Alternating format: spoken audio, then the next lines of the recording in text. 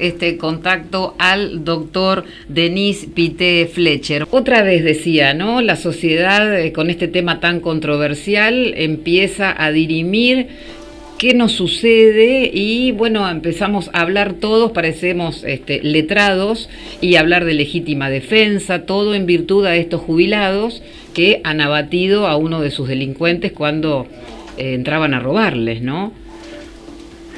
Yo estuve escuchando a varios que opinan sobre el tema, pero bueno, hay una cuestión, yo creo que esto hay que enmarcarlo en una cuestión legal, es un tema de derecho penal. Claro. Y para eso lo primero que uno tiene que analizar son los hechos, tal cual ocurrieron. Que además no nos podemos nosotros, los ciudadanos comunes, ni tampoco ustedes que no están en los casos, por más que sean abogados, basarnos en imágenes que se hacen virales, ¿no es cierto? Sí, de todas maneras llegó bastante información sobre cómo ocurrió el hecho, y eso permite un poco encuadrarlo y ver qué puede llegar a pasar. Si a vos te interesa, yo te doy mi opinión. Por favor, es lo que necesitamos, sí. Bueno, muy bien. Bueno, arranquemos diciendo lo siguiente. Eran cinco delincuentes que entraron a la casa de este hombre Ríos, en Quilmes. Tres de estos delincuentes ingresaron y salieron en tres oportunidades. Yo supongo que entraban y salían porque iban sacando algunas cosas de las que robaron. Capaz, claro. En la misma noche, vamos a aclarar, ¿no? Sí, en el mismo momento. Claro. Fue una cuestión continua. Sí. Es así que entraban, salían. La tercera vez es cuando más lo castigan a este hombre. Lo golpean, le pegan, lo amenazan, llegan a torturarlo para que dijera dónde estaba el dinero, etcétera. Así que vayamos poniéndonos en el cuero de este hombre, que fue brutalmente golpeado por una mayoría de sujetos que él no podía parar, que lo agarran durmiendo, totalmente indefenso en ese momento, y que fue absolutamente humillado por estos delincuentes que entraron a su casa. La cámara ahí refleja el horario, 10 minutos para las 5 de la mañana, cuando ya el delincuente sale y Ríos salió también a la calle, ¿no? Sí, correcto. Por eso digo que seguramente Ríos estaría durmiendo. Sí, eso era de noche. Claro, eso refiere también él. Bueno, ahora, ¿cuál es el punto acá? El punto que se discute es porque Ríos, en un momento dado, en la tercera vez que lo torturan y se van, podría tranquilamente pensar que iban a ingresar una cuarta vez. Ya habían ingresado tres, de manera que no era descartable que volvieran a hacerlo. Entonces Ríos en ese momento toma el arma que tenía, para lo cual tenía aportación, es decir, era el legítimo usuario del arma, y sale, empieza a disparar, hace 6 disparos, 2 de los cuales le pegan a Moreira, y Moreira muere. Esto es básicamente el hecho. Ahora se va a discutir cómo se encuadra este hecho, si es imputable o no es imputable lo que hizo Ríos. Ahí está la cuestión que es lo más controversial, si fue legítima defensa, si fue un exceso de la legítima defensa, porque bueno, ya no estaban en su casa y se podía presumir que él salió en búsqueda de este delincuente para darle muerte después, ¿no? Bueno, mira, sí, yo escuché bastante sobre el tema que hablaban de la legítima defensa.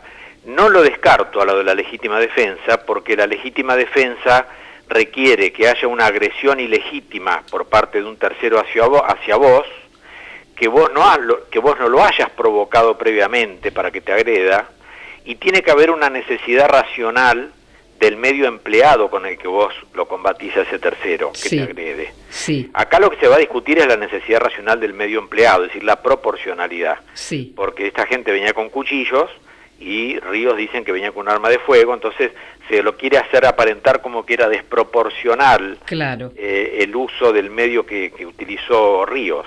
Como que en esta desproporcionalidad a la que te referís y a la que se refieren los letrados, Denis, significa que deberían estar en igualdad de condiciones en cuanto a las armas, ¿no? Claro, bueno, eso es un reverendo disparate, lo digo así en términos bien criollos.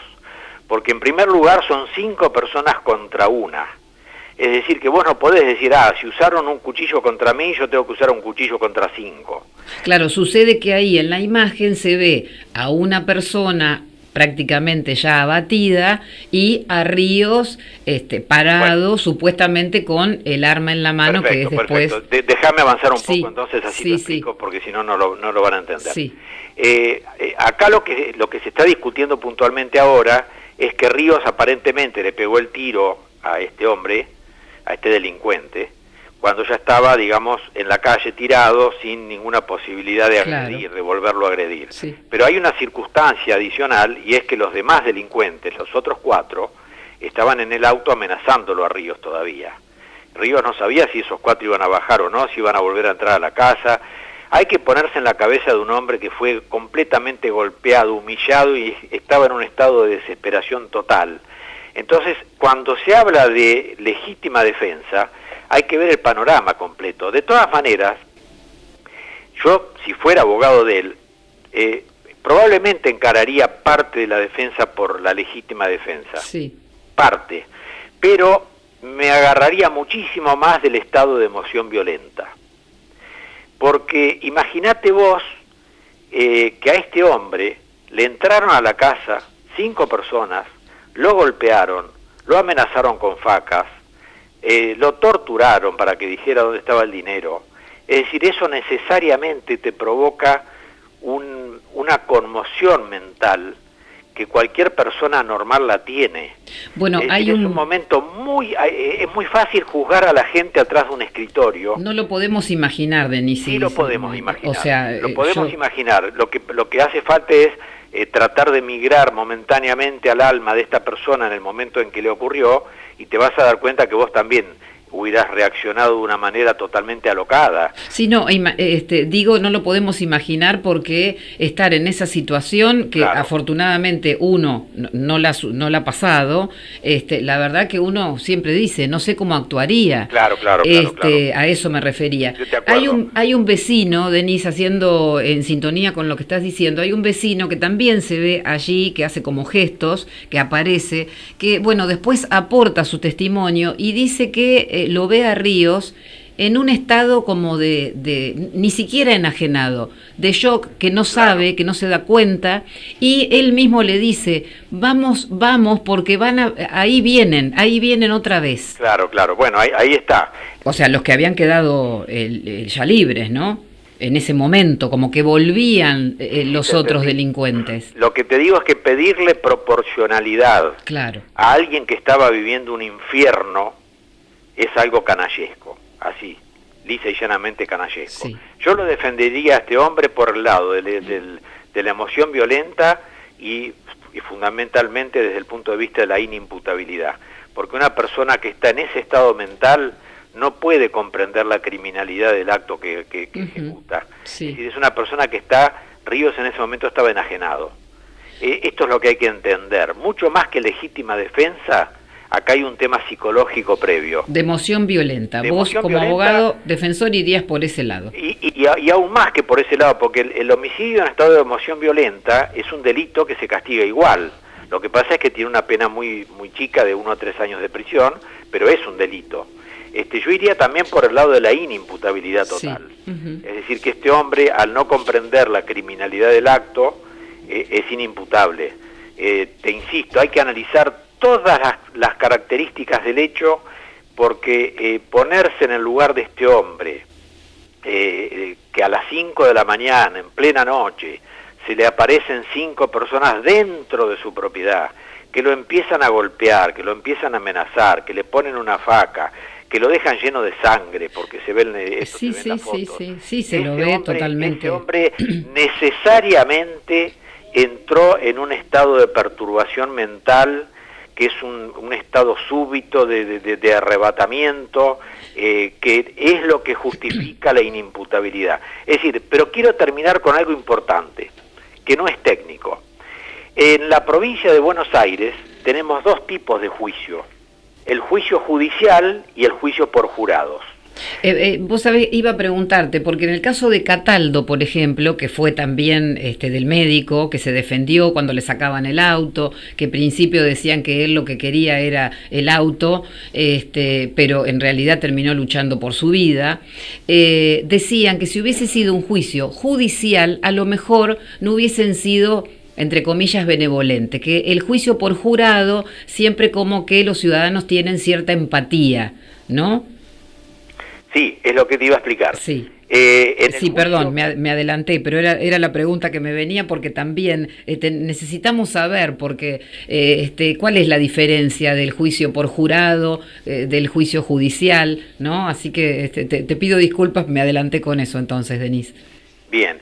Bueno, el juicio judicial es un juicio que se hace por un tribunal oral compuesto por 3 jueces de carrera, 3 jueces, y los 3 jueces necesitan aplicar las reglas de la sana crítica y atenerse a las normas del Código Penal.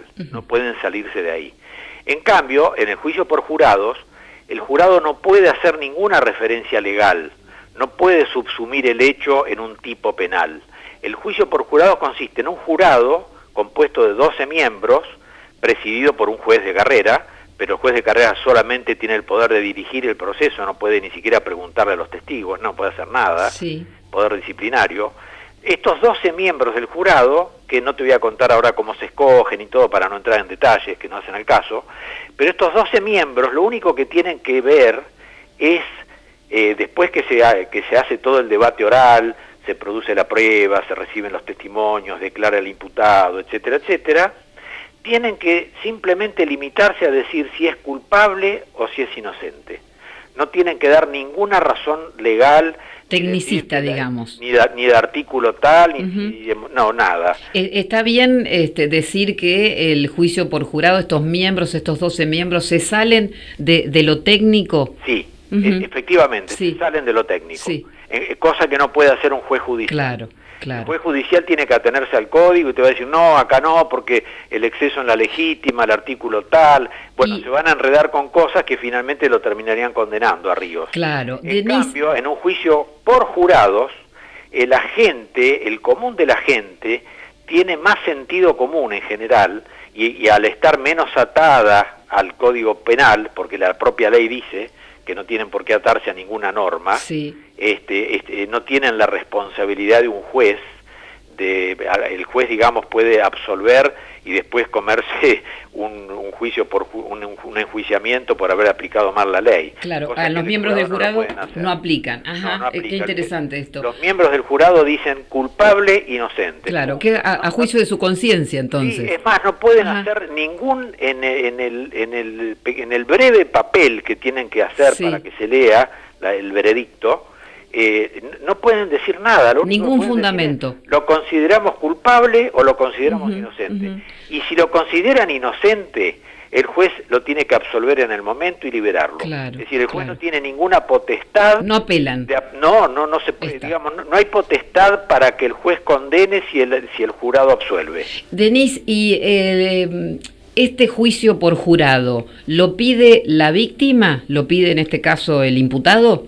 Claro, es una facultad que tiene la defensa. La defensa. El imputado. Si la defensa puede elegir cuando llega el momento procesal, decir, bueno, yo escojo el juicio judicial o escojo el juicio por jurados. ¿Y de qué depende? Porque siendo así, yo si fuera abogado defensor, pedí el jurado. Bueno, en este caso concreto conviene 1000 veces el juicio por jurado. Ajá. Yo, si fuera defensor de él, elegiría el juicio por jurado. Claro. Después me ocuparía muy bien de seleccionar el jurado, etcétera.